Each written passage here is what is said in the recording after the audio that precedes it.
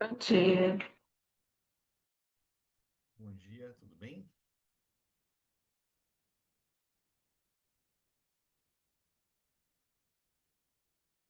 Vou tentar baixar aqui o fundo do SEMEAD. Pois é, Eu pensei que tivesse baixado aqui. Deixa eu olhar onde é que eu coloquei ele. mas eu acho que é porque ele está abrindo em outro formato. Aí às vezes Ah, não reconhece, aí tem que colocar em JPG. tem que ser? Ah, então é isso. Porque eu baixei ele e aí não apareceu para mim aqui quando foi para inserir. Vamos ver se eu consigo.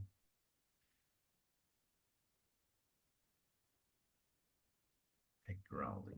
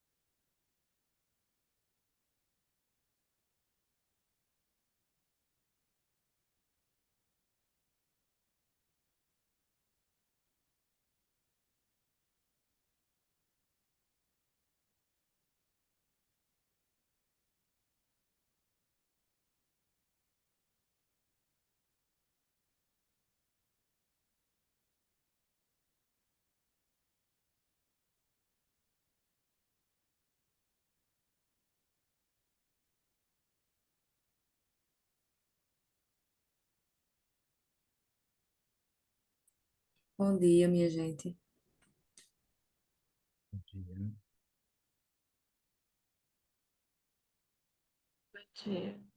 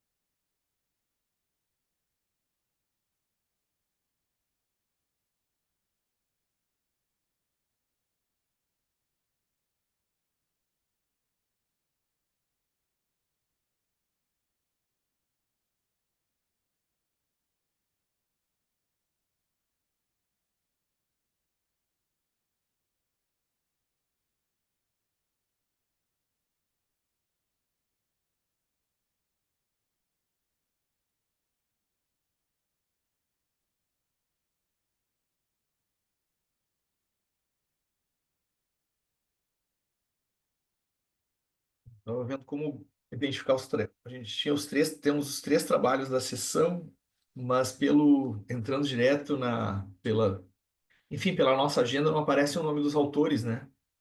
E nem nos artigos, os artigos em PDF também eles não estão com as identificações dos autores. Aí eu busquei agora pela sala, aí na sala a gente vê, mas até a ordem não está muito clara, assim, de qual é a apresentação, né?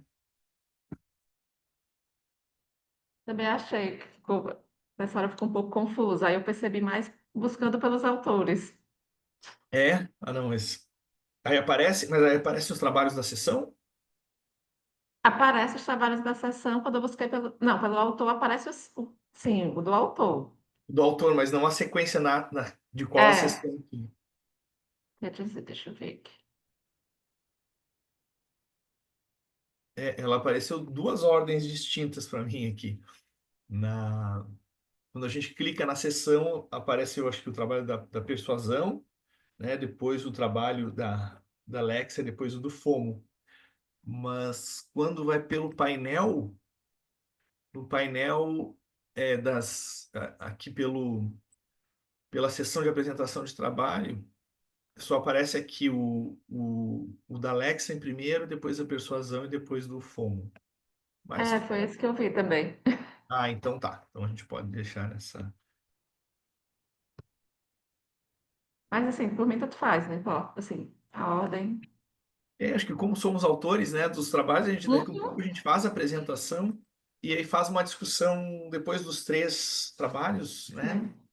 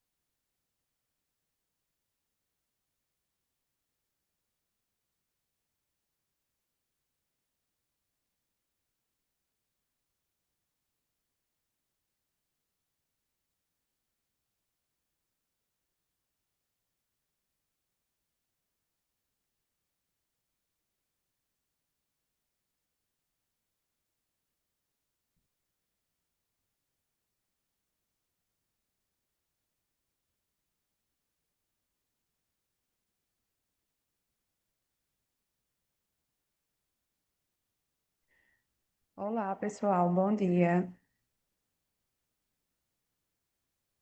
Bom dia. Gente, eu não estou conseguindo colocar o meu plano de fundo temático. Vocês conseguem me orientar? Ele tem que ser salvo em JPG. Pode abrir, acho que pelo Paint, e aí botar salvar, abre o arquivo que tu baixaste e coloca como salvar como JPG, e aí pelo Zoom ele vai identificar o arquivo. É no Zoom que eu não estou conseguindo achar a opção de colocar o plano de fundo. Não, tu tens que baixar o arquivo no site da SEMEAD. Deixa eu ver aqui. Eu já estou com o arquivo baixado, eu só não estou conseguindo realmente inserir aqui no Zoom. Então, aí tu tens que abrir o arquivo esse que tu baixaste, tu tens que abrir no Paintbrush ou algum arquivo de algum aplicativo de imagens e salvar ele com formato JPG, porque essa extensão que foi baixada pelo SEMEAD, ele não tem compatibilidade com o Zoom. Certo. Também fiquei nessa aqui, também não abriu para mim. Quando eu fui abrir o do Eco Inovar, que era outro evento que eu estava participando mês passado.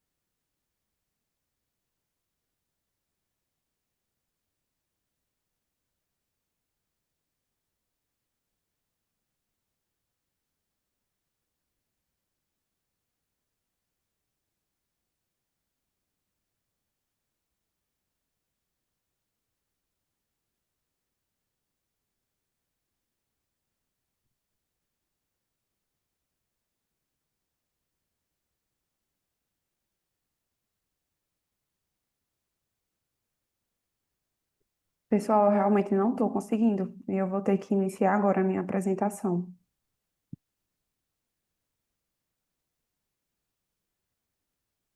Não tem problema.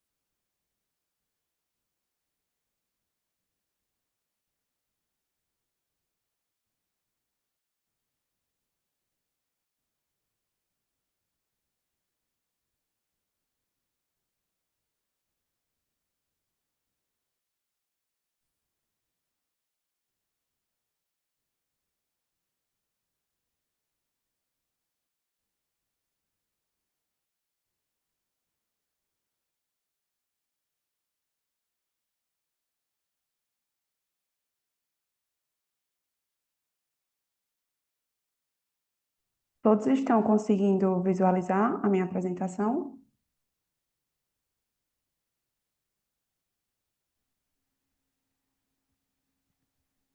Sim. Acabei. Caiu o som. Certo. Então, eu vou iniciar.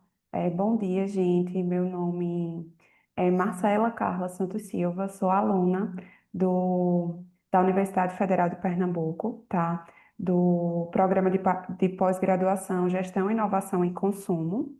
E vou apresentar para vocês o trabalho intitulado A Persuasão no Consumo, uma análise da atuação de influenciadores digitais na prática do endosso digital no comportamento alimentar. É um trabalho que ele foi desenvolvido em conjunto com a discente também Maiara Vanessa, presente nessa sessão, e orientado pelo professor doutor Elielson Damasceno, tá? O nosso trabalho, ele parte da percepção de que as redes sociais, né, aqui na parte da introdução, as redes sociais é um ambiente digital onde as pessoas estão cada vez mais imergidas, né? E constantemente expostas ao estilo de vida, à rotina de influenciadores digitais que estão sempre compartilhando tudo isso no seu meio. E como que a persuasão do endosso digital, ele entra aí como uma estratégia de marketing nesse caminho? O nosso problema de pesquisa, ele buscou entender de que maneira o endosso digital contribui negativamente para a persuasão no consumo alimentar desses seus seguidores. Então, a gente busca entender isso com o nosso trabalho. O nosso objetivo geral é identificar o poder de persuasão diante da disseminação da desinformação nutricional compartilhada por influenciadores digitais.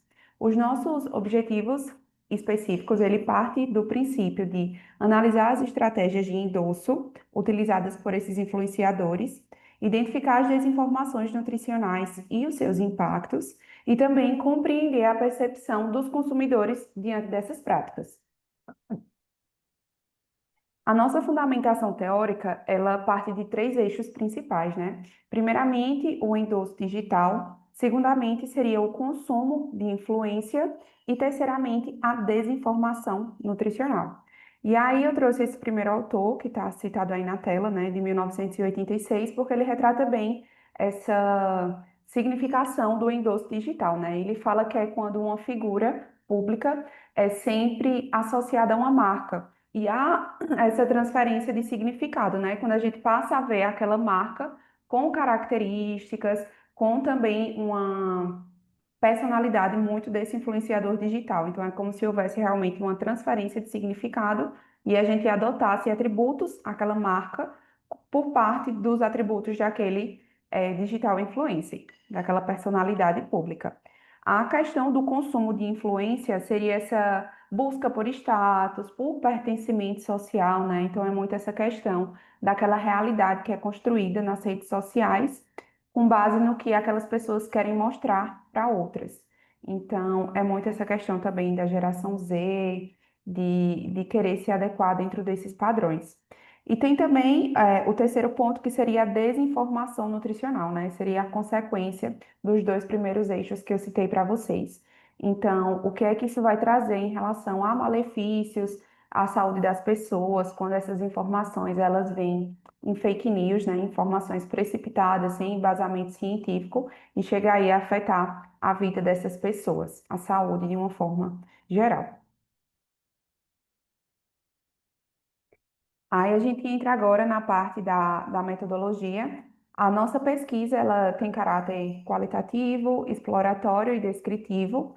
A base de análise foi a de conteúdo, de Bauer e Gaskell, 2002. Na nossa amostra foram selecionadas 5 influenciadoras digitais, que foram Maíra Carne, Graciane Barbosa, Virgínia Fonseca, Kéfera Buchmann e Brittany Dow. O nosso critério de escolha dessas influenciadoras digitais foram aquelas que tinham grande alcance nas redes sociais, então aquelas que tinham acima de 100 mil seguidores e que tinham um grande engajamento. A nossa fonte de coleta foram matérias jornalísticas que foram disseminadas, essas desinformações nutricionais, com recorte entre 2020 e 2025. Nossas categorias de análise foram a persuasão, desinformação, malefícios, a postura, né, dessas influenciadoras e a percepção pública. Pronto, aí, de forma introdutória, os nossos resultados, ele buscou aí identificar o poder de persuasão dessas figuras, tanto na questão estética, né, sempre destinada a padrões ideais corporais, e também emocional, sempre indo para esse lado apelativo. As desinformações nutricionais, que tiveram grandes alcances, né, que foram compartilhadas por eles, sempre dietas extremas, jejuns prolongados, tudo sem base científica. Os seguidores reproduzindo essas práticas perigosas e as reações defensivas por parte dessas influenciadoras quando foram rebatidas, né? Que isso trouxeram malefícios à saúde das pessoas. E é isso que eu vou mostrar a vocês nesse quadro a seguir, que é basicamente um resumo dos nossos resultados. Então, do lado esquerdo, vocês veem as influenciadoras digitais, do lado direito vocês veem as desinformações nutricionais que foram propagadas por elas. Então, primeiramente, a gente tem aqui a Mayra Cardi, onde ela fala que o jejum de 7 dias poderia ser um fator importante para a cura de doenças, mais uma vez trazendo uma informação precipitada, sem embasamento científico. E ela traz também outra nomenclatura que foi bem polêmica na época, sobre estupro alimentar, né? Sempre que alguém aceitava algum tipo de alimento que não era considerado saudável, era considerado calórico por parte de outra pessoa, como se fosse algo realmente assim errado de se fazer. Então, ela gerou toda essa polêmica. Temos a Graciane Barbosa também com a dieta dos 40 ovos. E aí, com base na nossa pesquisa, a gente encontrou também informações de profissionais de saúde que rebateram essas matérias jornalísticas, afirmando que isso trazia uma certa restrição alimentar, né, onde as pessoas acreditavam que um único alimento poderia lhe trazer resultados. E sempre essas influenciadoras digitais expondo seus corpos esteticamente padronizados, né, e trazendo sempre como consequência disso a alimentação. Então, ela trouxe que o consumo de 40 ovos era o que levaria até aquela finalidade estética, isso causou uma certa confusão nas pessoas. E aí também alguns profissionais de saúde, como nutricionistas e nutrólogos, afirmaram que o consumo seguro de ovos seria aí entre 3 ovos por dia. 40 já seria uma quantidade muito elevada. Temos também a Virgínia Fonseca, né, onde ela trouxe a informação de que consumiu durante um mês apenas um copo de leite e uma barra de cereal por dia e conseguiu eliminar 10 quilos. Então, mais uma vez, trazendo a ideia de uma dieta restritiva e um resultado rápido de emagrecimento, né, causando confusão nas pessoas que também querem obter esse resultado. E temos também a Kéfera Bookman, né, que trouxe um incentivo involuntário a transtornos alimentares. Então, passou a propagar em suas redes sociais como se apenas alimentos industrializados, com baixa caloria, fosse a fonte para o emagrecimento, e não a base realmente nutritiva, que venha trazer benefícios para a saúde de forma fisiológica. Então, esses foram os nossos achados das desinformações nutricionais nas matérias jornalísticas. E em resumo, né, o que é que isso impactou, trazendo a discussão aqui para vocês. Então, a gente vê que sempre há uma autoridade simbólica por parte dessas figuras, sobrepondo a autoridade técnica de profissionais de saúde, pessoas que realmente têm uma capacidade, científica para poder falar sobre o assunto. Então, sempre a simbólica, essa figura pública se sobressai e consegue difundir essa informação e atingir um gigantesco número de pessoas. Temos também a naturalização, né, dessas práticas arriscadas.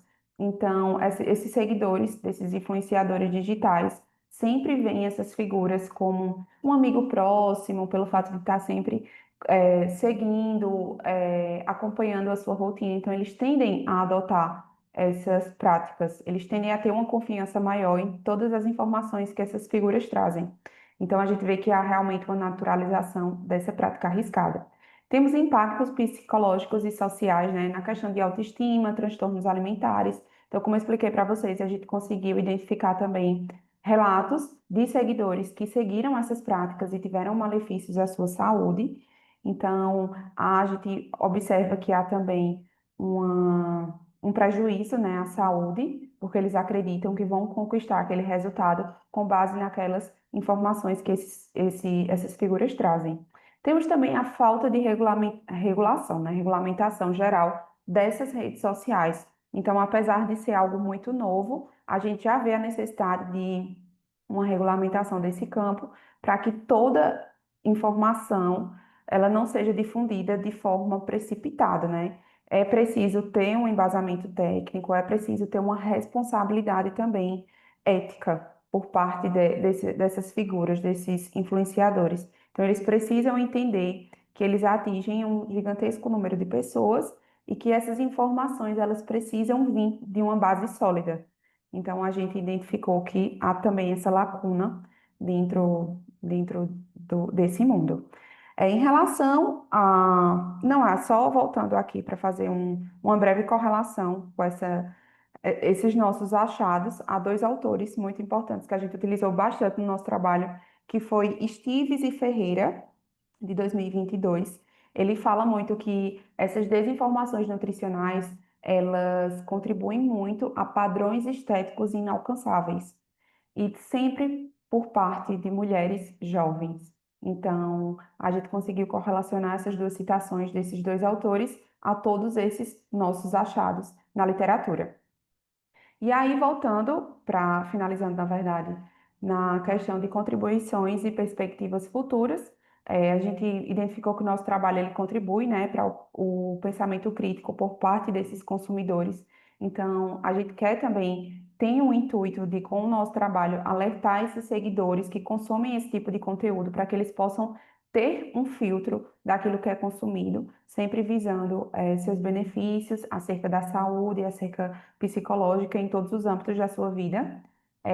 O incentivo também a práticas comunicacionais responsáveis e aí a gente identifica também que é necessário que haja uma responsabilidade por parte dessas figuras com essas informações que são difundidas e trazemos a sugestão de pesquisas futuras sobre regulação e percepção pública, né, que foi algo que a gente não adentrou tanto no nosso trabalho. E trouxemos aqui, para finalizar, algumas referências bibliográficas que foram as mais utilizadas no nosso trabalho. E é basicamente isso. O nosso trabalho, ele busca trazer um debate sobre ética, responsabilidade, tudo no campo da regulamentação e da nutrição digital. E é basicamente isso, né? A gente vê que nessa era de avanço tecnológico, de influência digital, nunca foi tão necessário ter responsabilidade com aquilo que se consome e que se compartilha.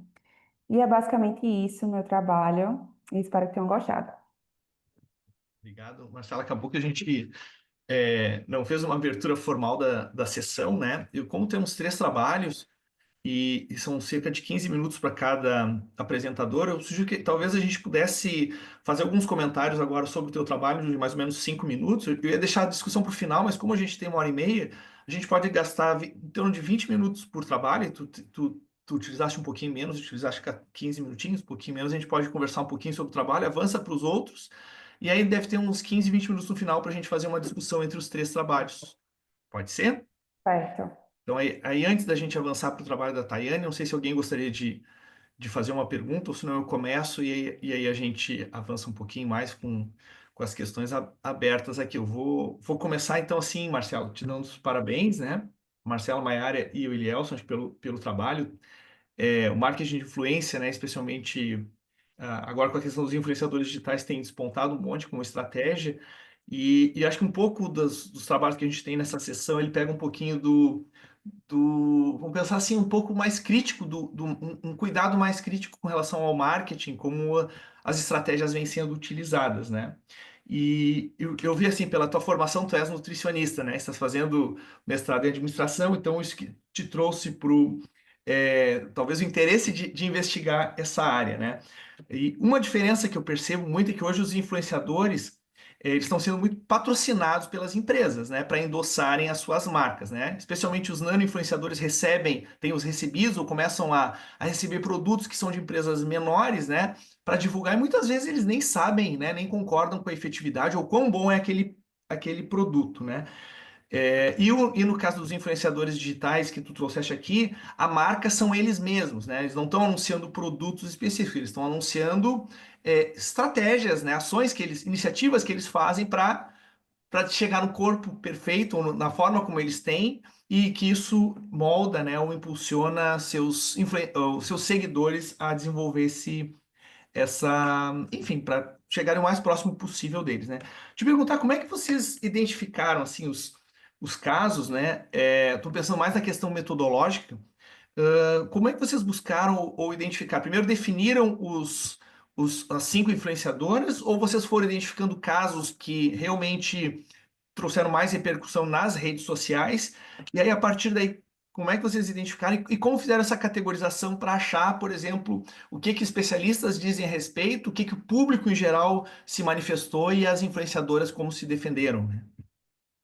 Então, a gente realmente direcionou a matérias jornalísticas, como sempre essas desinformações nutricionais eram polêmicas, né, partindo influenciadoras digitais, então tem uma certa comoção nas redes sociais, e surgiram matérias, e aí a gente ia dentro dessas matérias, né, com base na pesquisa que a gente ia fazendo, e dentro dessa matéria sempre vinha qual que era a desinformação nutricional propagada, e também relatos, né, de pessoas que seguiram aquela desinformação, tiveram malefícios à saúde, e essas matérias jornalísticas, elas sempre trazem, ao final, uma opinião de um profissional da área, né? Que seria um profissional técnico. E aí a gente conseguiu fazer essa coleta sempre dentro de cada publicação, de cada matéria polêmica dessa. Então, a gente ia pesquisando, claro que também em outros sites, outras fontes, outros jornais, e a gente ia fazendo essa coleta, mas sempre em matérias jornalísticas. A gente conseguia ter essas informações. Tá certo. Alguém gostaria de fazer algum comentário? Temos um tempinho, temos mais 3 minutinhos para a gente para falar um pouquinho sobre o trabalho. Pô, eu vou dar mais uma de enxerido então aí, ó. Por favor, me interrompam se... Eu não sei qual é a tua... Em termos de futuro da pesquisa de vocês, eu não sei se você pode falar se ele já é o teu projeto de mestrado ou se foi um trabalho de disciplina, né? Mas já falando um pouquinho assim que eu venho estudando um pouquinho a questão mesmo de endosso de celebridades, né? Já existe na literatura alguns construtos que passam, que na verdade o influenciador, ele é o endosso é passado muito pela questão da credibilidade. A credibilidade é um construto multidimensional, onde a gente percebe que é formado pela atratividade física, então é um pouco, bastante do que está se explorando no teu trabalho, né? A questão do ideal da beleza, do corpo bonito ou saudável, né? Mas que é o que a gente, que acaba tendo um modelo para a sociedade. A questão da expertise do profissional, que é outra coisa que faz com que a gente endosse, né? E a questão da confiança que se tem nesse profissional e mais recentemente se tem colocado uma outra dimensão que é a atratividade social.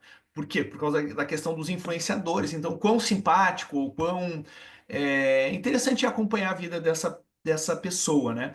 O que vocês estão pensando? Podias falar um pouquinho da pesquisa, né? Ela é um trabalho de disciplina, já é a tua dissertação de mestrado, tu estás pensando em avançá-la como? É um trabalho de disciplina, né? Não é a nossa dissertação de mestrado, porque o meu pré-projeto foi outro, e a minha dupla, que fez o trabalho comigo, ela é de uma outra área, não é dessa área do marketing, da saúde. Então, terminou que foi um trabalho de disciplina, mas que a gente pretende sim avançar para publicar em revistas. E como eu trouxe para vocês as nossas perspectivas futuras, a gente busca realmente fazer uma coleta mais aprofundada para poder identificar também a percepção pública por parte desses seguidores, né, que seguem esses influenciadores, o que é que eles acham, como que eles tendem a adotar essas práticas e também quais as estratégias, né, de marketing que essas figuras utilizam para poder sempre estar se vinculando a alguma marca, algo assim do tipo, ou seja, até uma informação que eles tentam difundir ali nas suas redes sociais. Então, em resumo, a gente busca realmente aprofundar essa pesquisa, levar ela para revistas e poder trazer essa percepção do público, que a gente não conseguiu identificar no nosso trabalho, né? Ele ainda está muito, muito na superfície, então acredito que dá para a gente tirar muita coisa dele ainda. Eu ia dizer, puxa, pode ser que eu trabalho mais com métodos quantitativos e não qualitativos, né? Mas eu acho que a forma de coleta de dados de vocês, de dados secundários, né? Eu acho que ela já está bem, bem interessante. Eu acho que pelos casos de vocês, talvez vocês possam explorar talvez alguns outros casos a mais para trazer alguns outros indícios, né? E eu até não sei se não seria o que a gente chama de netnografia, né? Que seria a questão das redes sociais, né? Qual a repercussão, os comentários, então fazer análise de conteúdo, que muito do que vocês fizeram, eu acho que está associado a isso, então traria uma certa, não digo inovação, né? Mas um caráter diferencial também pela metodologia, buscando não entrevistas, e sim a análise dos comentários, né? Talvez nas redes sociais, embora vocês tenham pego de notícias jornalísticas, né? Mas acho que Isso. talvez buscar algo associado nas redes sociais desses comentários, do que repercutiu com essas postagens, né? Como uma forma até de cruzamento, de triangulação dos dados, né? Então, o que saiu publicado na comunicação jornalística e o que saiu publicado nas redes sociais, como uma forma de confirmar, ou até mesmo de fortalecer ou justificar, né, os resultados que vocês obtiveram a partir da análise dos jornais. Isso é uma ideia ótima. Contudo, no início a gente realmente tentou fazer essa busca, né, nas redes sociais, mas eu acredito que foi até uma limitação da nossa pesquisa, porque pelo fato de serem desinformações nutricionais, né, fake news, ó, informações polêmicas, Elas essas saem. figuras públicas sempre faziam a exclusão dessa postagem, então a gente não conseguia mais achar ela no perfil dessas pessoas. A gente realmente só encontrava os recortes nas matérias jornalísticas. Mas eu acredito que se a gente der mais uma pesquisada, a gente consegue encontrar também comentários em outras publicações referente a essas desinformações que podem vir contribuir aí para o nosso trabalho. Certo? Obrigado e mais uma vez parabéns. Só vocês não deixem morrer o trabalho no artigo do Congresso. Acho que vale a pena vocês retornarem um pouquinho em cima dele. Tayane, fica à vontade para colocar a tua apresentação enquanto eu vou, né? Só acho que para Ah, não vou morrer o adicionar artigo do aqui. Congresso ali. Não apareceu aqui Obrigada. ainda. Tá, vou procurar aqui.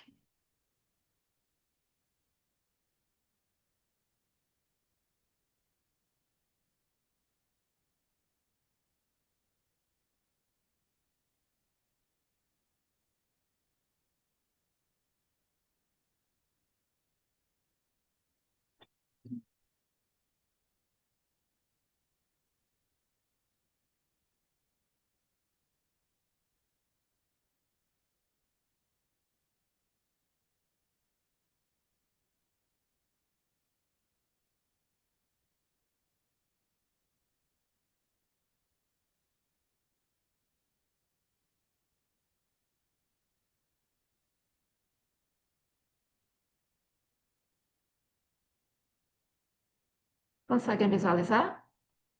Sim. Sim, né? Só te perguntando, Sim. aproveitando, como é que tu colocaste o compartilhar a aba ou compartilhar o. Eu compartilhei a aba.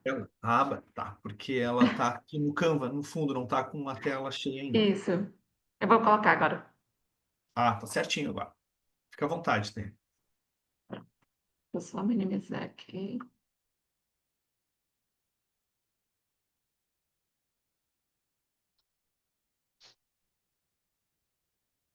Bom dia. O meu trabalho que eu vou apresentar para vocês, ele é um dos artigos frutos da minha tese de doutorado.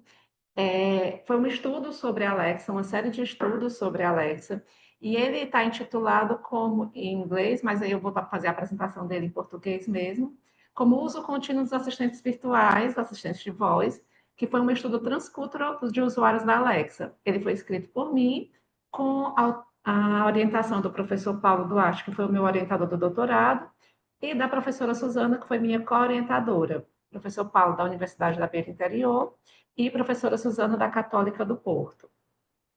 Bom, para a gente começar a falar sobre a Alexa, sobre os assistentes virtuais, a gente não pode deixar de conversar sobre como eles estão integrados às nossas rotinas diárias. Eles já fazem parte muito mais do nosso dia a dia através das automações residenciais, através das nossas pequenas decisões, através das nossas pesquisas, dos nossos comandos. E para que a gente possa estudar o impacto desses assistentes virtuais nas nossas rotinas, e principalmente não só numa adesão, mas no uso continuado, foi realizada inicialmente uma revisão sistemática da literatura, em que ela desbravou umas lacunas da compreensão dos fatores que impulsionavam não só a adoção, porque muitas vezes pode ser uma adoção por impulso, mas sim ao uso continuado delas e quais seriam as diferenças culturais entre os países. Para isso, o artigo ele trabalhou alguns objetivos. O primeiro foi analisar a influência dos fatores tecnológicos da adoção e uso dos assistentes virtuais inteligentes, e nesse artigo, nesse trabalho, foi no estudo de caso da Alexa, em diferentes contextos culturais. Depois, explorou-se as percepções e interações desses usuários através de uma perspectiva transcultural. E, por fim, identificou-se os determinantes centrais na intenção de continuar utilizando esses dispositivos, tanto para o contexto brasileiro quanto para o contexto norte-americano, que foram os países escolhidos. A escolha desses países, ela também foi intencional, porque nós temos culturas completamente distintas, Brasil e Estados Unidos, mas, apesar das culturas completamente distintas, são países que despontam muito na adoção desse dispositivo e desse tipo de tecnologia. Bom, então essa abordagem, ela oferece implicações teóricas que vão nos dar subsídios para perceber as estratégias voltadas para o uso desse dispositivo e estratégias de marketing para trazer ainda mais a captação do uso da Alexa. Como base teórica, utilizou-se o modelo TAL-T2, que é justamente a teoria unificada de aceitação e uso da tecnologia, e trabalhou-se sete construtos dele: expectativa de desempenho, de esforço, influência social, condições facilitadoras, motivação hedônica, valor percebido e o hábito.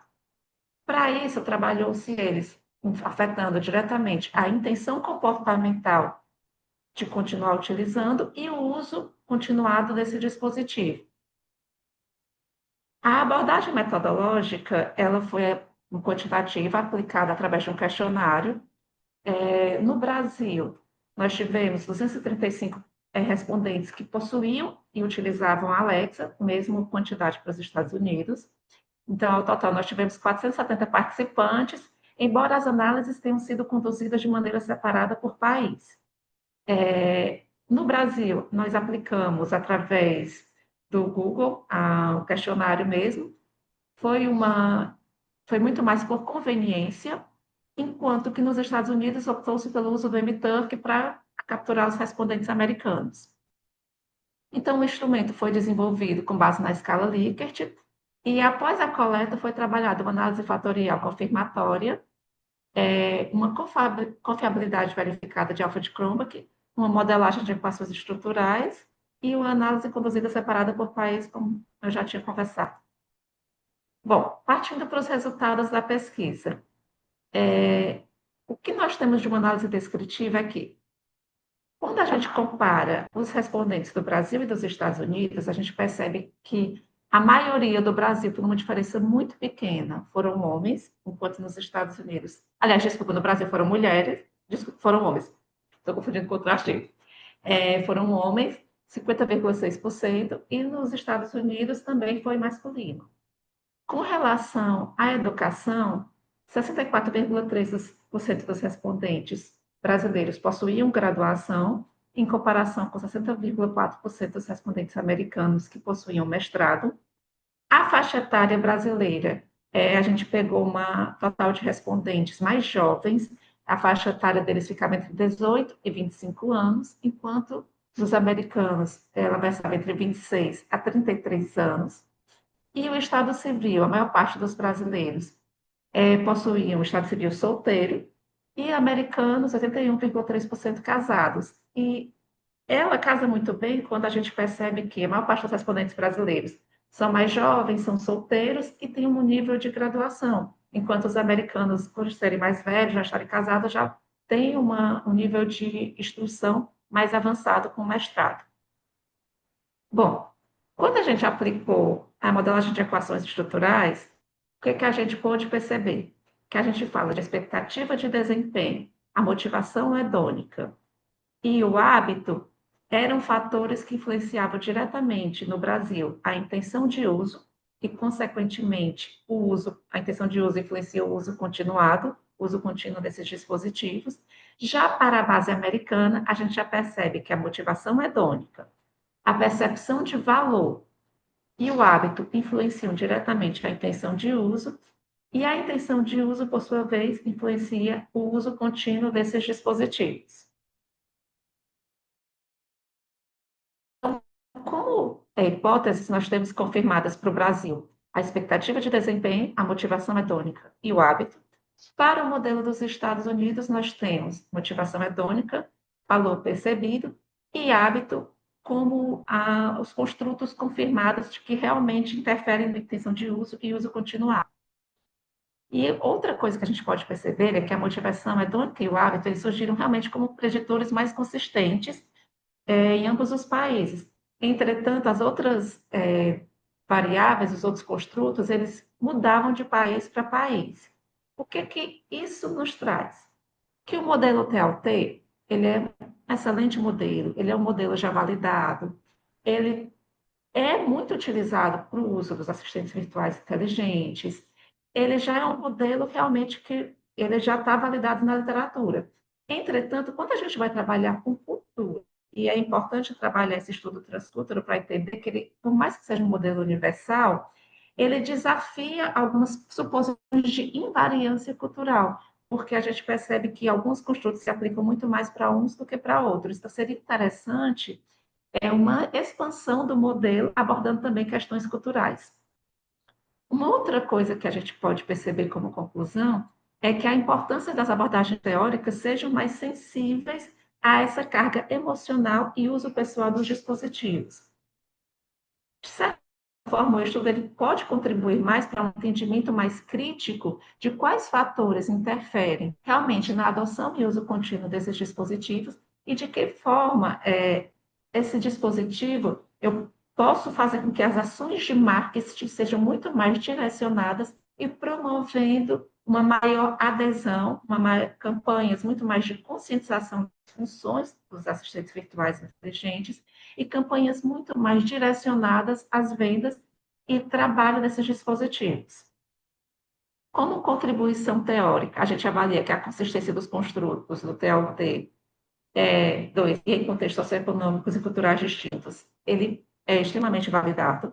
Os assistentes eles devem ser desenvolvidos para oferecer também experiências emocionalmente gratificantes, porque a gente percebe a motivação hedônica realmente forte, né, como construto forte para esses respondentes. As estratégias de comunicação e marketing devem considerar particularidades culturais e a personalização, automação de rotinas e adaptações culturais são vínculos realmente emocionais que podem interferir diretamente no uso contínuo desses dispositivos, para que eles não fiquem apenas, ok, eu tenho uma Alexa, ela está ali jogada na minha sala, no meu quarto, mas ela não tem uma função própria de automação residencial. Ela está muito mais ali como uma caixinha de som. Então, para evitar que se perca realmente o uso desses dispositivos, estratégias de marketing mais personalizadas a partir de efeitos culturais devem ser muito mais incentivadas nas campanhas de marketing. Como limitações dessa pesquisa, o TLT2 não captura plenamente a dimensão cultural, e aí sugere-se justamente uma expansão desse modelo, e amostras com limitações regionais em natureza transversal. Direções futuras da pesquisa. A gente pode falar da ampliação de modelos teóricos, incorporando dimensões culturais, e investigação de novas variáveis, como confiança tecnológica, hábitos digitais e até mesmo capitalismo de vigilância, que eu acho que seria muito importante para estudos futuros. Aqui são as principais referências utilizadas na pesquisa, e obrigada. Parabéns, Tayane, pelo trabalho. Também deixo aberto, se vocês quiserem fazer algum questionamento, né? Posso começar, mas aí se fiquem à vontade.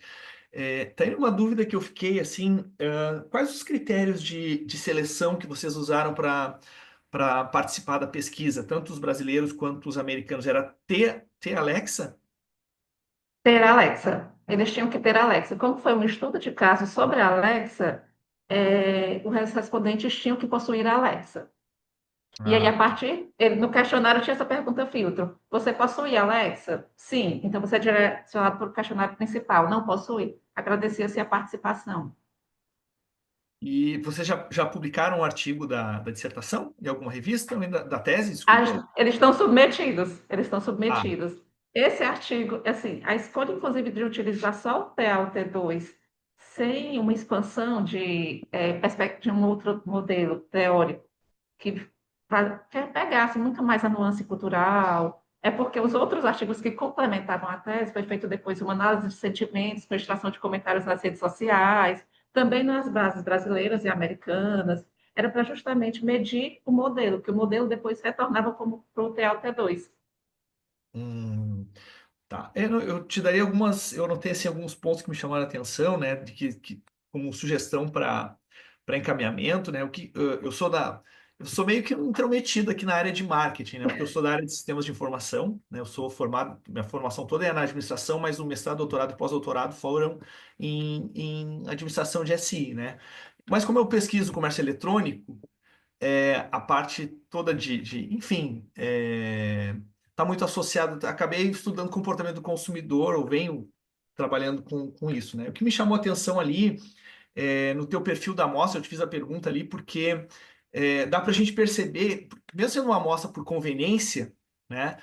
Chama a atenção que elas são bem distintas, né? Especialmente, o que dá para ver que no Brasil tu está trabalhando com a geração Z e nos Estados Unidos é a geração Millennium, né?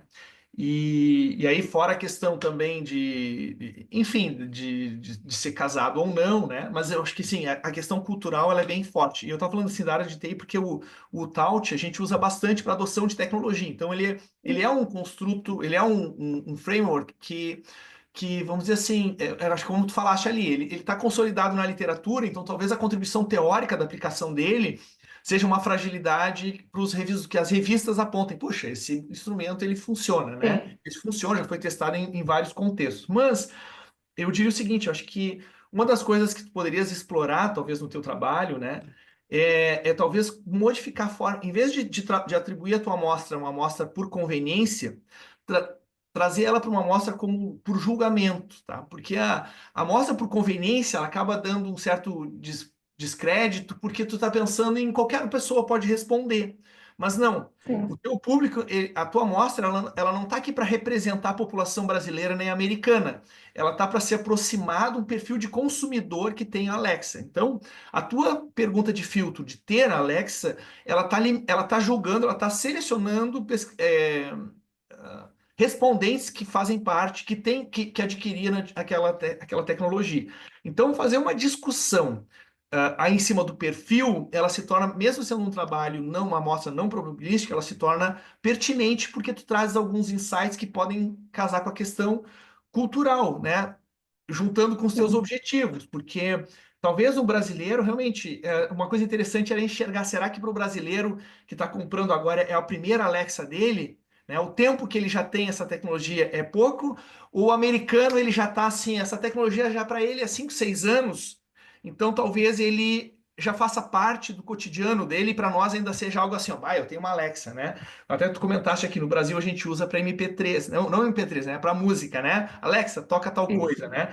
Então eu sugeriria, assim, acho que abordar, como tu falaste, assim, especialmente se for para um jornal internacional, trazer alguns números de revistas comerciais mesmo, com relação à inserção das assistentes virtuais, especialmente da Alexa no Brasil e nos Estados Unidos, para mostrar, né, o americano ele tem aquela coisa, por que estudar o Brasil, né? Então a gente tem que dizer que o movimento é forte aqui, que o Brasil é a principal economia da América Latina, que tem algumas semelhanças, né, com modelos, até que modelo econômico, capitalista, mas que o perfil da população é mais coletivista e menos individualista. Então, talvez Isso. trabalhar um pouquinho mais a questão dos números, né, para mostrar que é um fenômeno importante.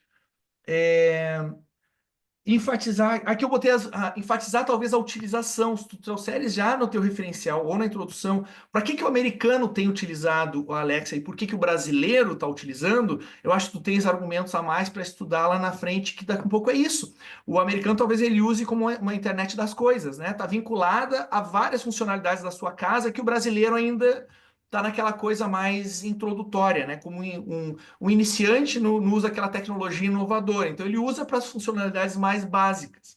E aí que eu acho que pela tua explicação isso ficou mais evidente, né? No início, a ideia inicial era estudar o consumo por voz, porque os americanos já utilizam, e a aposta era que ia sair para o Brasil também. Só que acabou que não foi implantado no Brasil o consumo por voz. Já existia a tecnologia, as empresas já estavam preparadas, a Alexa já tinha os skills do iFood e de várias outras empresas que você iria fazer muito mais um consumo por voz. Só que por decisões da Amazon, realmente não foi implantado e não pode ser feito a partir do consumo por voz. Como é um estudo comparativo, eu acabei adotando e pegando essas informações só para o modelo americano para um outro trabalho.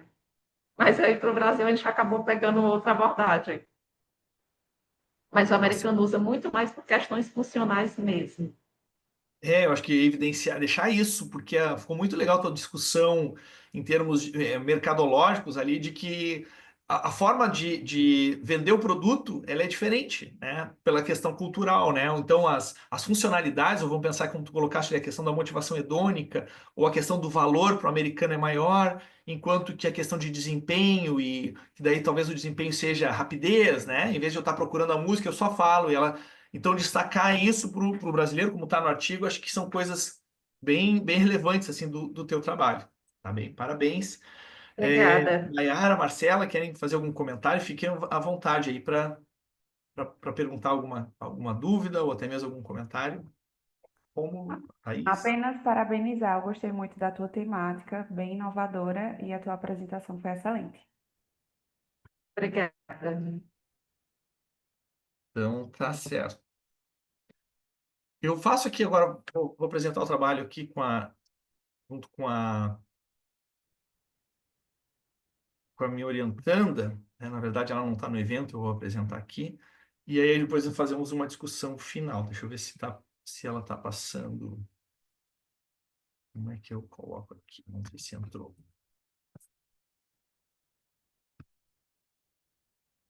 Está aparecendo para vocês a tela? Sim, Não? Sim. Sim? sim, Do fome e comportamento e avançou para a introdução? sim. Ah, então tá certo. Então, pessoal, bom dia. Eu sou sou Guilherme Lunardi, professor da Universidade Federal do Rio Grande, lá no Rio Grande do Sul. E esse trabalho ele foi feito junto com a minha orientanda de mestrado, com a Júlia. A Júlia não pôde participar do evento, mas ela vem pesquisando a questão de estratégias de FOMO na área de comportamento do consumidor, e aqui ela acabou para o evento fazendo uma revisão sistemática, né, sobre a relação entre o FOMO e o comportamento do consumidor, né? Então, o título é o FOMO e o comportamento do consumidor, uma revisão sistemática da literatura. Só vou puxar aqui para o cantinho. Então, assim, o que a gente vê é que as redes sociais hoje têm transformado cada vez mais a forma como a gente consome, interage, né? E, e a viralização, então, de produtos e de experiências por meio dessas plataformas digitais tem chamado a atenção de vários públicos, que tem levado o consumo digital a ser cada vez mais guiado por emoções, né? Pelo reconhecimento social e o imediatismo. E aí, nesse contexto, surge o FOMO, né? Que é o Fear of Missing Out, que em português ele é o medo de ficar de fora, que é um sentimento um tema, né? Um conceito que trata da percepção de que outras pessoas estão vivenciando experiências das quais um indivíduo se sente excluído, né? Então, isso faz com que os consumidores ou as pessoas elas tenham medo de perder experiências, oportunidades ou tendências relevantes, e com isso acabam, inclusive, consumindo, comprando produtos ou até mesmo por impulso, né? Simplesmente com medo de ficar de fora desse seu grupo social, né? Então, o FOMO, então, ele vai desencadear uma resposta emocional contínua, que é marcada pelo desejo de estar sempre se mantendo conectado permanentemente com o que os outros estão fazendo, né? E esse fenômeno ele tem afetado especialmente as gerações mais jovens, como a geração Z, que é uma geração que está hiperconectada, né? E muito sensível à questão da exclusão social, né? Então, embora haja um crescente interesse sobre o FOMO no consumo digital, os estudos eles ainda se mostram frágeis, né? Então, o conhecimento que a gente tem sobre o tema ele é marcado por abordagens mais fragmentadas, o que vai dificultar a compreensão mais ampla de como o FOMO influencia o comportamento do consumidor nestes ambientes digitais, né? Então, o objetivo do trabalho foi realizar uma revisão sistemática da literatura, analisando os estudos sobre o relacionamento entre o Fear of Missing Out e o comportamento do consumidor no contexto digital, mapeando as principais linhas de investigação e identificando lacunas de pesquisa existentes, né? Então, o FOMO, esse termo ele surgiu lá em 1996, e aí ganhou projeção num artigo que foi publicado no New York Times em 2011. Mas no meio acadêmico foi pelo Pribiuski, em 2013, que ele acabou sendo cunhado pela primeira vez nos artigos, né, como um estado de ansiedade causado pela percepção de estar perdendo experiências das quais outros indivíduos participam. Tá? Então ele está ligado à comparação social, ao desejo de pertencimento e à necessidade de estar em constante conexão. Consumo. Então o FOMO ele estimula a impulsividade, as decisões emocionais, transformando muitas vezes produtos em símbolos de inclusão e status, muito mais do que a necessidade de realmente adquirir aquele produto. E que hoje, muitas empresas têm estudado, têm utilizado estratégias de marketing voltadas para o FOMO, né, buscando explorar esse medo que as pessoas têm de perder essas oportunidades por meio de promoções relâmpago, pela questão da exclusividade ou até mesmo de escassez, né, de últimos dias da promoção ou de últimas unidades. E que, devido ao aumento do tempo de tela e da dependência que as pessoas estão tendo hoje, especialmente os jovens das redes sociais, né, para buscar informações e para socializar, o FOMO tem se tornado cada vez mais frequente. Então, a revisão sistemática foi baseada nas diretrizes Prisma, tá? E buscando artigos na base de dados Scopus, com 3 questões de pesquisa. Então, identificar as principais características e os temas predominantes das publicações sobre o FOMO e comportamento do consumidor no contexto online, identificar os resultados encontrados nos principais estudos sobre o FOMO e o comportamento do consumidor em ambientes digitais, e, por fim, as lacunas e sugestões para pesquisas futuras, né, que são encontradas nos estudos publicados. Então, a metodologia, ela buscou, então, artigos sem determinação de data, né, mas a pesquisa foi finalizada em junho de 25, buscando os descritores como FOMO, Fear of Missing Out, ou com travessão, né, o Consumer Behavior, a questão do Consumer Behavior na Inglaterra, ou Purchase ou Buying, né, que tem a ver com comportamento consumidor, nos campos de título, resumo, palavras-chave, buscando apenas artigos publicados em inglês. Tá? E para isso, para analisar os dados, nós utilizamos o pacote R Bibliometrics, tá? BiblioShine, para auxiliar nas análises. Então, foram identificados 122 artigos, né? Alguns deles foram excluídos ali para não atender os critérios de inclusão e ficaram 105. E aí esses 105 artigos eles foram analisados para bibliometria e pelo Bibliometrics, e a análise qualitativa ficou em cima dos 10 principais artigos, né? Isso porque esses 10 artigos eles representam 9% do total de artigos identificados, mas eles correspondem a 56% de todas as citações referentes aos 105 artigos identificados, né? Então, esse foi o critério utilizado ali.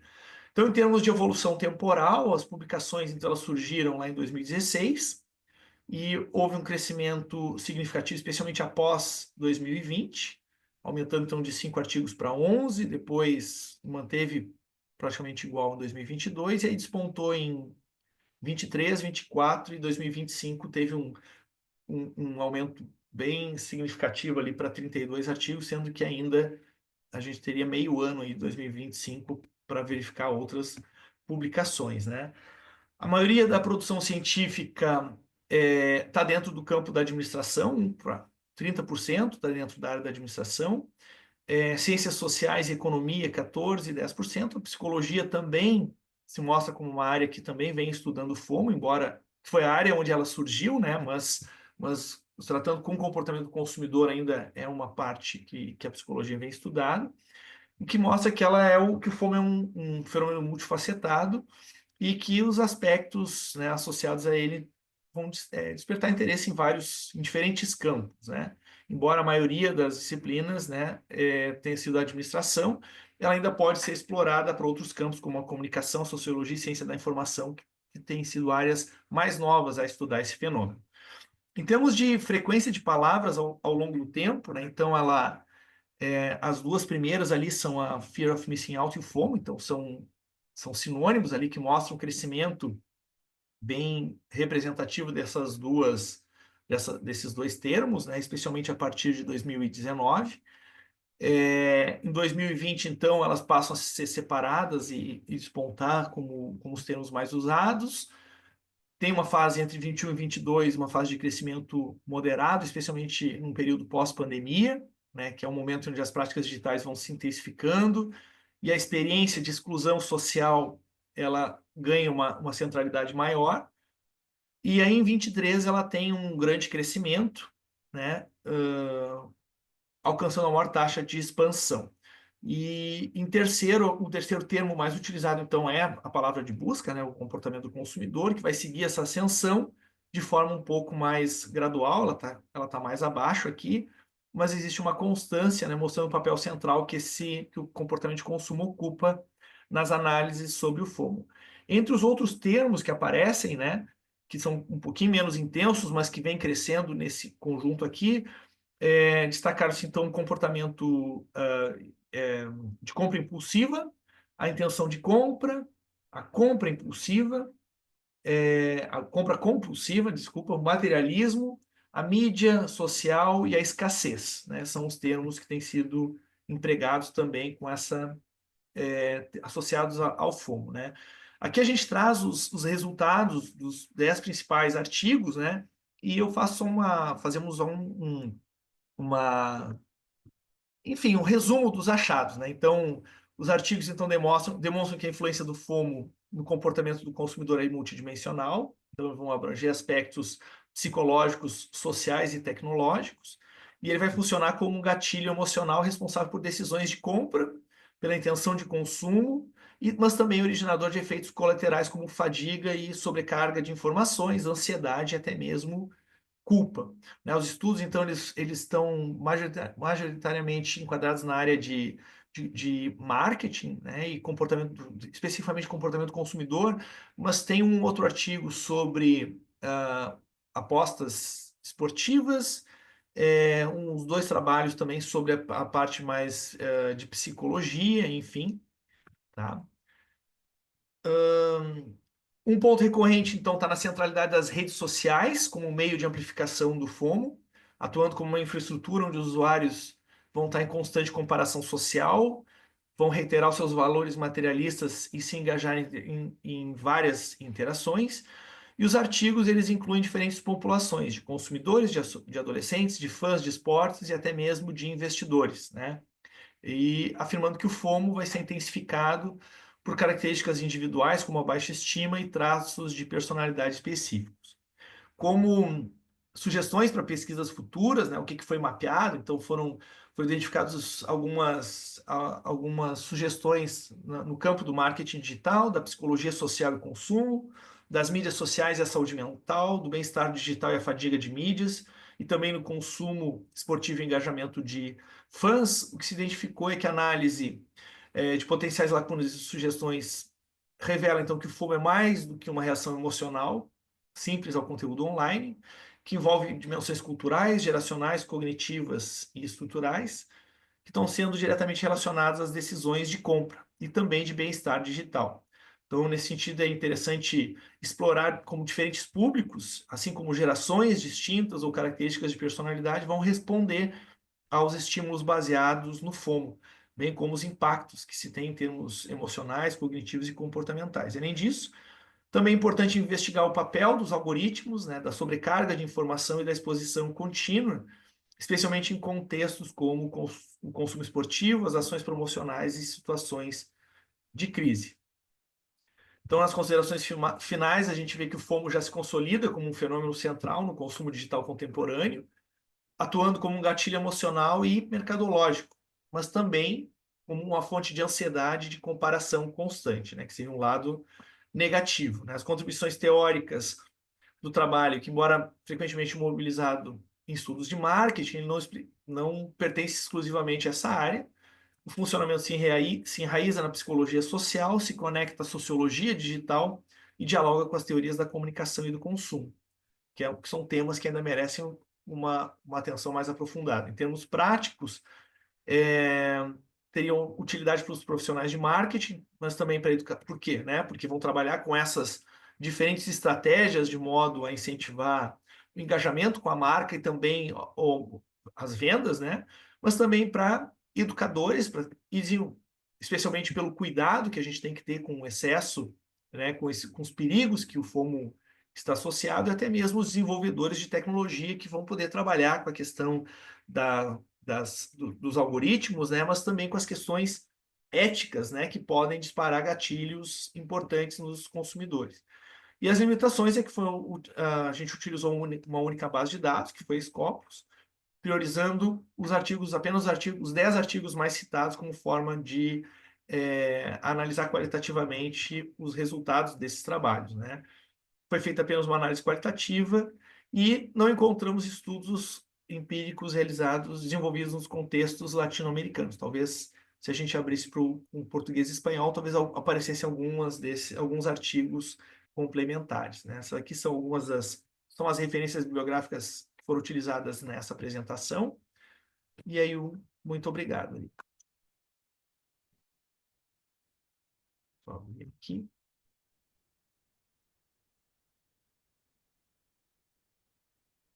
Certo, pessoal. Então, ficamos abertos aí, temos uns minutos para a nossa discussão. Não sei se alguém quer puxar algo sobre os nossos 3 trabalhos, para a gente aproveitar e aprofundar um pouco mais as pesquisas que foram feitas.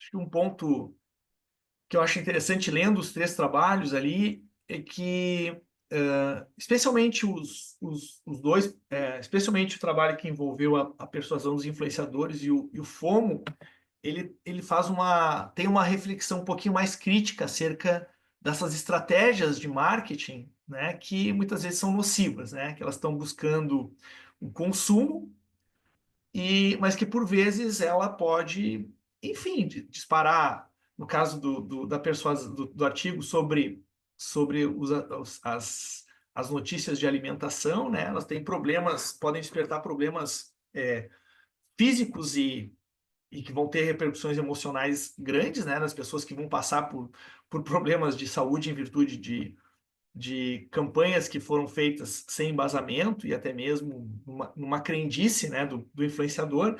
E o FOMO também, que muitas vezes a pessoa pode estar consumindo e ela pode entrar, enfim, ela daqui a pouco vai entrar em depressão, né, ou ela pode disparar gatilhos que podem, enfim, prejudicar a vida das pessoas, né? E essa discussão mais ética, tanto da academia, como especialmente da área de marketing, se a gente for pensar em termos de mercado, como é que o mercado está lidando com isso, ou preocupado com isso, mas até mesmo a academia, né? Isso são pontos que me chamaram a atenção da nossa discussão, porque no fundo, só para passar um pouquinho do contexto, o trabalho anterior da Júlia, que foi o TCC dela, ela publicou no Enampad, no Enangrade, agora ela trabalhou com experimento de campo, trabalhando com 4 estratégias de FOMO, para verificar o quanto que isso influencia na percepção dos consumidores quanto a efetividade da promoção, a intenção de comprar,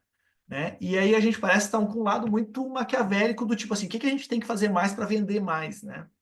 E a que custo isso tem, né? Então, e aí acho que um pouquinho do trabalho da Tayane, que ela comentou, a gente tem perspectivas diferentes para a cultura e a gente vê estratégias de propaganda, né, que podem impulsionar vendas ou tornar as campanhas publicitárias mais efetivas, dependendo do aspecto, enfim, de personalidade do nosso respondente, né? Então, talvez a gente pudesse falar um pouquinho sobre isso, como é que vocês veem, né, essa questão de uma crítica mais ao marketing só pelo consumo, né?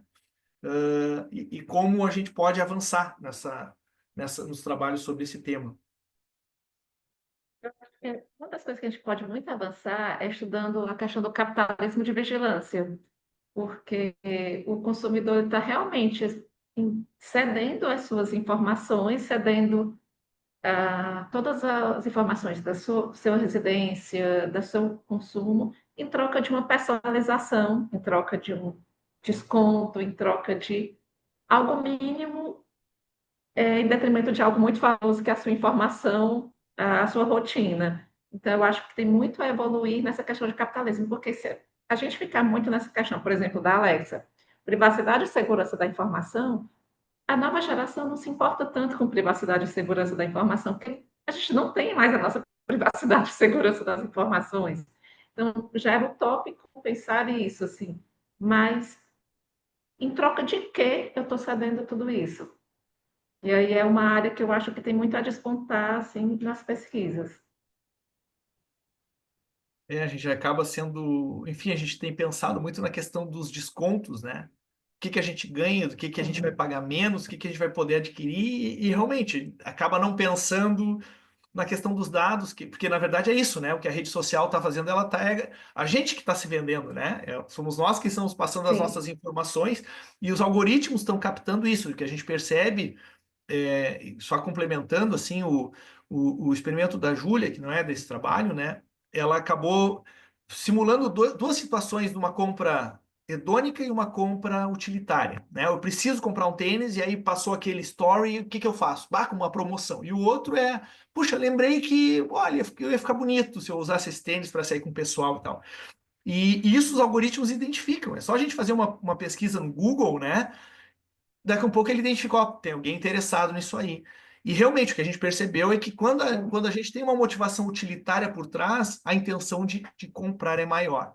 Então a questão dos algoritmos, ela também, daqui a um pouco ela vai, e hoje com a questão do meta, ela está cada vez mais assertiva, né? Porque a gente divulga as nossas preferências, a gente divulga as nossas características, e eu consigo fazer daquela campanha que eu passava no comercial, no horário nobre, entre a novela, né, que é para um público hoje da geração Baby Boomer e geração X, talvez, né? E a geração mais nova, o que a gente vai funcionar nas redes sociais, ela é muito mais assertiva, porque eu vou especificamente naquele público, colocando aqueles stories, aquelas mensagens, aquelas fotos que, especialmente com a questão, e agora com o TikTok, né? Cada vez mais fazendo com que realmente eu acho que tu trouxeste, né, Taine, que o mais jovem, acho que na tua apresentação ali, ele está muito mais, enfim, ele não se preocupa com a questão de segurança, né, ou da sua exposição, né? Então ele quer usar, ele quer se beneficiar do sistema que ele já está imerso, né, como um nativo digital, talvez, né? E aí, essa é a grande dificuldade, por exemplo, se a gente pegar para a Alexa. A Alexa, ela acaba não tendo um bom desempenho porque ela não utiliza todas as informações que ela teria acesso. Porque, querendo ou não, a Alexa escuta tudo que você fala no seu dia a dia. Então, se ela for pegar para ser muito mais personalizada, que era uma ideia que se tinha na personalização da Alexa, você vai muito mais longe, porque ela consegue captar você conversando com seu esposo, dizendo, ah, tenho que comprar o açúcar, ou acabou, o macarrão está acabando, e aí ela já consegue adicionar na sua lista de compras e depois pergunta, você quer finalizar a lista de compras? Eu já anotei tudo que você precisa. Ou uma geladeira inteligente que já está fazendo. Então, assim, essa personalização, com o benefício da automação residencial, da automação dos processos, ela tem um custo. Então, Vocês e não o custo estudaram, realmente são as nossas informações. a questão da privacidade, pô, que está bem evidente agora. Eu estou te falando porque o Taut, embora ela tenha um modelo com as 7 dimensões ali, praticamente essas, né? Enfim, os autores existem vários desdobramentos com inserções de outros Sim. construtos, né? Vocês não adicionaram a questão mesmo de privacidade ou de alguma outra variável? Não, porque o intuito da tese não era. O intuito da tese virou assim: tá, eu tenho um construto do TLT e eu vou aplicar um questionário. E esse mesmo construto TLT, eu vou pegar os comentários orgânicos nas redes sociais, no Instagram e no Facebook, das páginas da Amazon que tratavam sobre a Alexa e nas páginas da Alexa, e vou tentar trazer esses comentários de volta para o construto do TLT, até mesmo misturar se daria o mesmo resultado ou não. Então, foi para validar o modelo do TLT na questão dos comentários em redes sociais, no análise de sentimentos, aí a gente fez rede neural, a gente avançou mais nesse ponto. Então, a gente queria trabalhar o modelo na íntegra do TLT para perceber como é que ele se adequava através de comentários em redes sociais. A privacidade ela apareceu no desenvolvimento do trabalho Ela e apareceu, e entrou-se como uma limitação, porque assim, primeiro a gente quis testar se o modelo funcionava. Funcionou, deu tudo certo. A gente conseguiu categorizar os comentários de volta dos construtos do TLT, fizemos rede neural, fizemos várias coisas para medir realmente que o modelo funcionava. Agora que a gente sabe que o modelo funciona, eu consigo trabalhar outros, aprimorando assim, vou pegar o TLT, mas vou pegar também a questão da cultura, uma base teórica que fala de cultura, vou pegar também a privacidade e segurança e retornar isso. Me chamou a atenção porque quando eu apliquei o Taut para analisar o trabalho remoto dos técnicos e dos professores no pós-pandemia ou durante a pandemia, e realmente um dos aspectos que se tinha era a questão da privacidade, que era o técnico tinha que usar o seu computador, o professor em casa, e muitas vezes ele tinha um receio de que talvez os dados da universidade pudessem vazar ou seus dados privados pudessem vazar, né?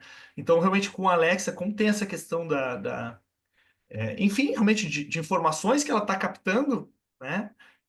É algo que pode. Enfim, é como a inteligência artificial hoje a gente está usando o chat GPT, sabendo que o que a gente vai pesquisar vai servir para o banco de dados, inclusive os nossos arquivos que a gente está passando para ela analisar estão sendo publicizados, né? Então a gente está ciente disso sem saber o que vai Sim, acontecer lá na frente, né? exatamente. Marcela, queres trazer algum ponto mais para discutir? Até um pouquinho do que a gente viu dos artigos e juntar com a tua pesquisa? Isso, eu acredito que toda essa questão tecnológica, né, do marketing, da internet das coisas, a questão do FOMO também, do comportamento do consumidor, é algo que vem crescendo constantemente e é algo muito novo também, essa questão das plataformas digitais. Então é preciso uma regulamentação, né? Não é uma terra sem leis. Internet não é uma terra sem lei. Então a gente precisa ter uma certa responsabilidade com aquilo que está sendo compartilhado. Isso eu trouxe bastante no meu trabalho tanto por parte dessas figuras, tendo em vista que elas atingem milhões de pessoas, né? Então, é necessário que haja uma responsabilidade por parte dessas pessoas com o conteúdo que é compartilhado, né? Que haja um filtro também e que eu acredito que avançar dentro da literatura com pesquisas acerca dessa regulamentação pode vir a fomentar políticas que desenvolvam uma certa segurança, né, por parte dos consumidores, consumidores da internet, consumidores de produtos, enfim, dessas informações. E até lá, eu acho que seria necessário também a gente avançar com pesquisas que também direcionassem, né, esses consumidores a fazer um consumo seguro tanto de informações quanto de produtos na internet. Então, eu acredito que é um campo que dá para a gente adentrar bastante e que é tudo muito novo. Então, da mesma forma que falta regulamentação, falta também um conhecimento por parte daquilo que a gente está consumindo, né? Feito vocês pontuaram aí, a gente está constantemente fornecendo dados de forma assim, que às vezes a gente nem percebe na internet, e esses dados são disseminados e é tudo muito assim, muito novo e muito tecnológico. Uma coisa está muito interligada à outra. Então, eu acredito que esse campo tecnológico, ele ainda vai dar muita carta para manga aí para a gente fazer muita pesquisa, no intuito de realmente fomentar muitas políticas que venha regulamentar todo esse campo da internet, né? Falaste da regulamentação.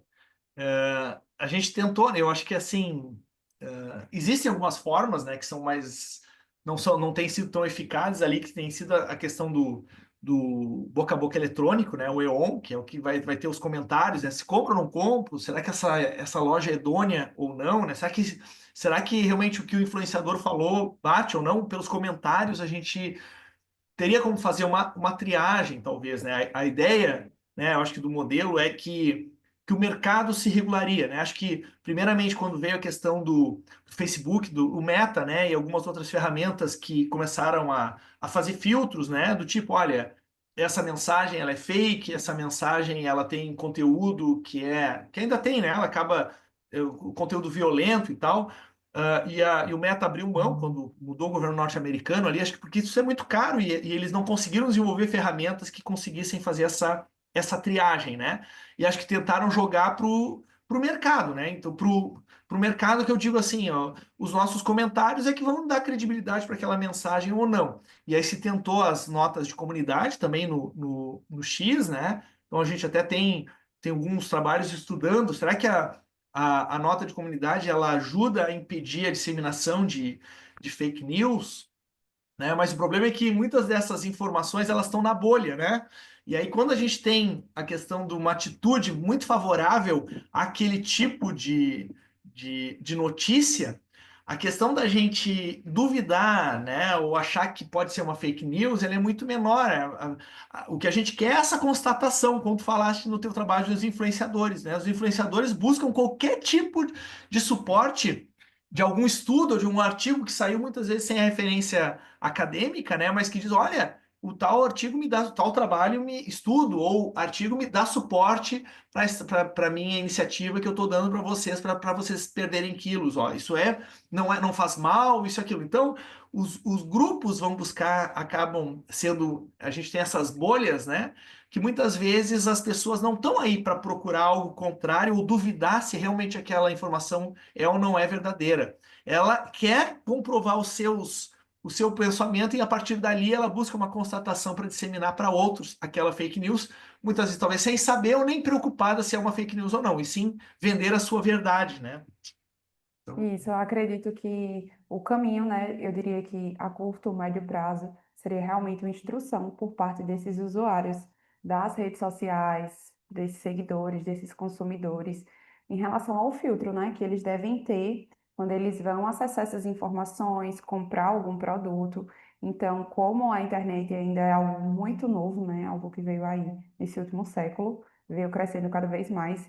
Então, essa regulamentação, eu acredito que ainda vai demorar um pouquinho mais de tempo. Então, o caminho, realmente, para que sejam feitas escolhas seguras, e eu falo em todos os âmbitos na vida de uma pessoa, âmbito psicológico, econômico, no âmbito da saúde também, é realmente fazer uma utilização segura dessas redes sociais sendo instruído, né? Então, é importante que a gente também invista em estudos que também direcione, esses usuários a fazerem uma utilização correta das redes sociais e aplicarem um filtro que também, lhe traga benefícios na utilização a longo prazo.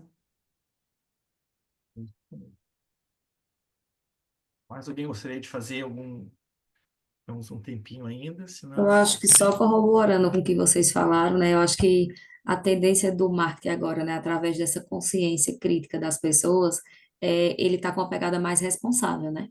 Porque a gente é acostumado muito com o marketing querer a lucratividade, né? Consumir, consumir. E sim, o objetivo dele também é esse, né? Acho que é um dos principais.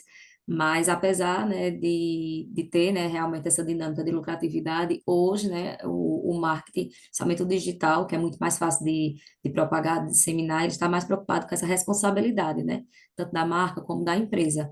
E eu acho que isso se dá muito pela a consciência crítica que está se discutindo, né, no mundo. Então, por esses trabalhos, por palestras, realmente para as pessoas entenderem que aquele ali, né, o feed do Instagram, a propaganda que está chegando para você é uma propaganda ali intencional, né? De fato, a gente, sem perceber, os seus dados estão sendo coletados, né, para uma finalidade daquela marca, daquela empresa, e muita gente não tinha, né, consciência disso, muita gente não via isso como realmente uma coisa prejudicial, né? E aí, eu acho que esses debates, esses trabalhos é importante para a gente estar trazendo essa consciência, né? O nosso trabalho, o meio de Marcela, ele toca muito nesse ponto, porque fala muito do consumo, né? Às vezes é uma alimentação que a gente considera normal, acessível, como ovos, e aí a gente vê que o excesso daquilo realmente ele prejudica, né?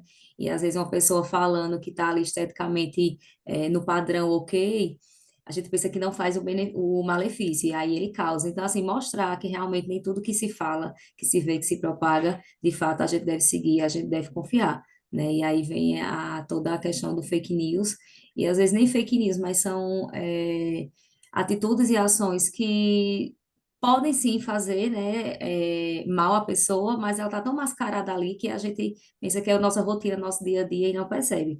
Então, acho que trazer, né, debates de conscientização, né, dessas práticas, né, de uso realmente consciente da internet e dos nossos dados, ter aquela preocupação do que a gente está colocando em jogo, em rede, eu acho que isso é bem importante, né, para a gente prevenir, né, essas questões de fraudes, de golpes, e de ser usado, de fato, só para ser é, um banco de dados, né, e não sim um ser humano, né, um usuário.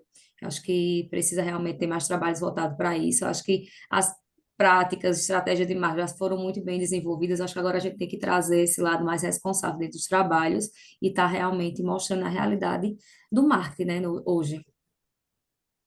Eu acho que até na tua fala ali tem a questão do ESG hoje, que está muito presente, né? Que na verdade é uma cobrança do Eu peguei desse mercado. lado porque é minha área de atuação.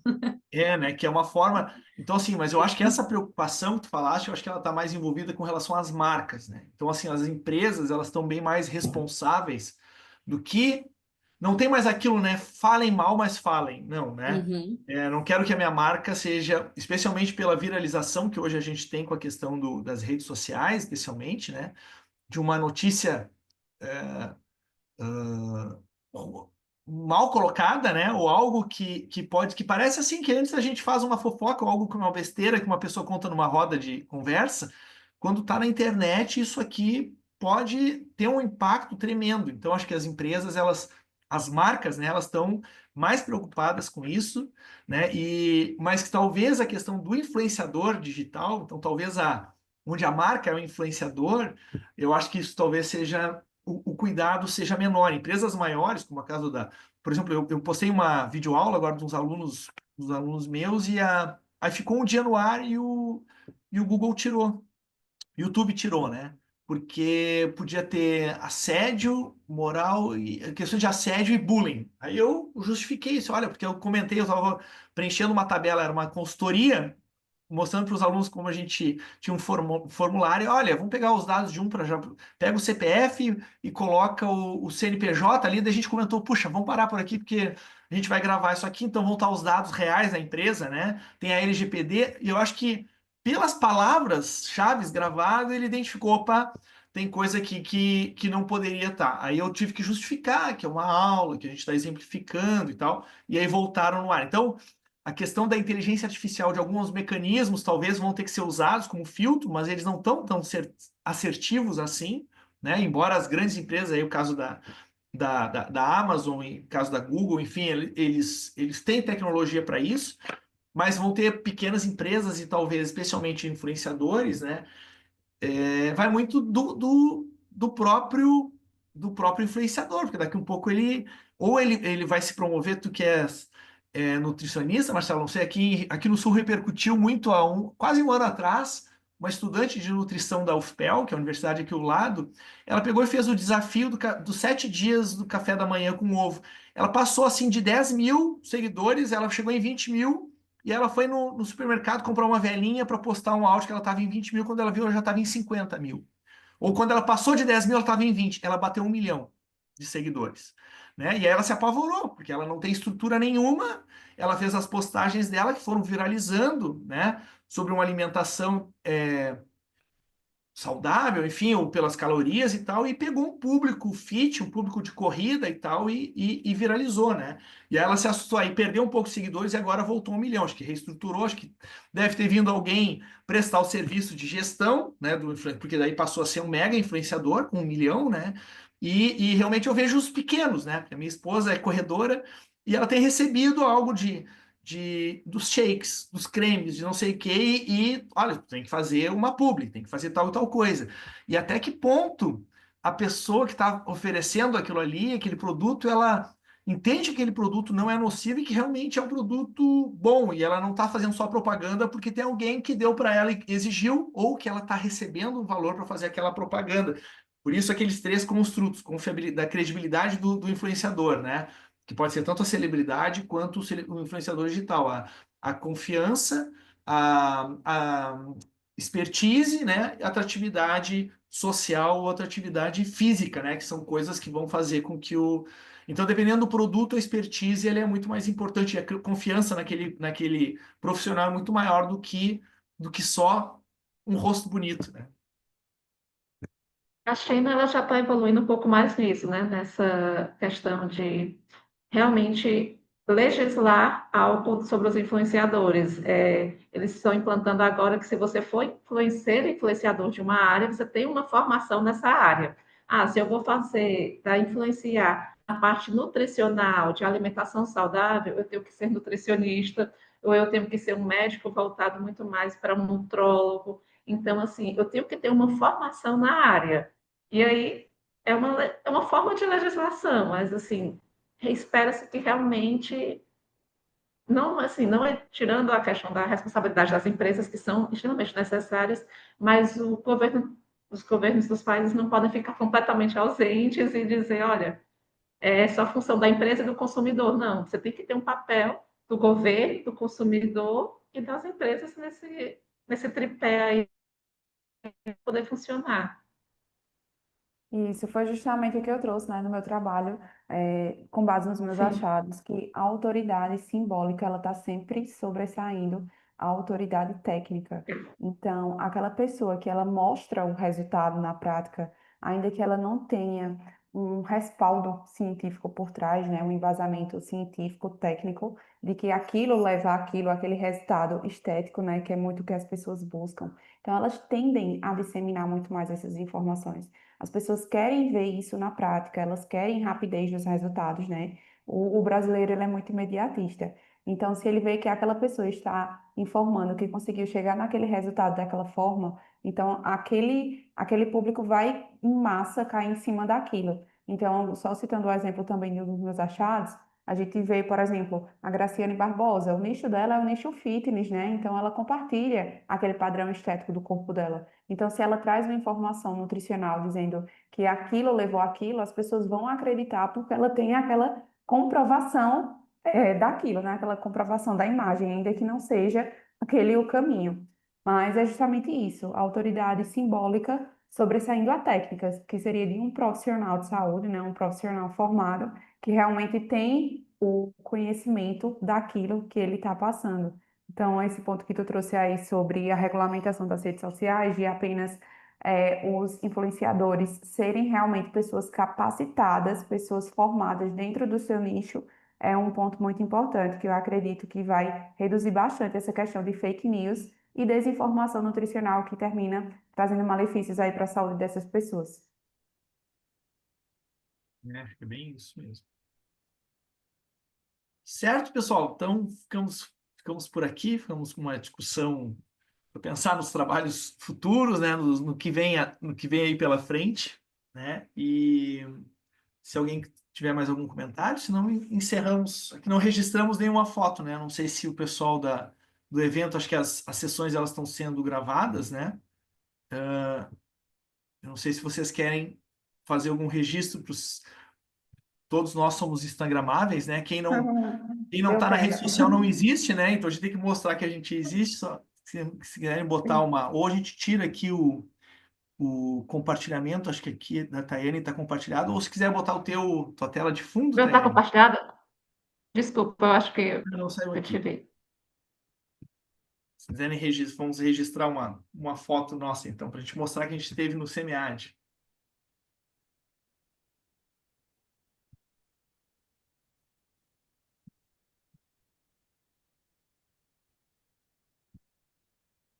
Aqui já foi.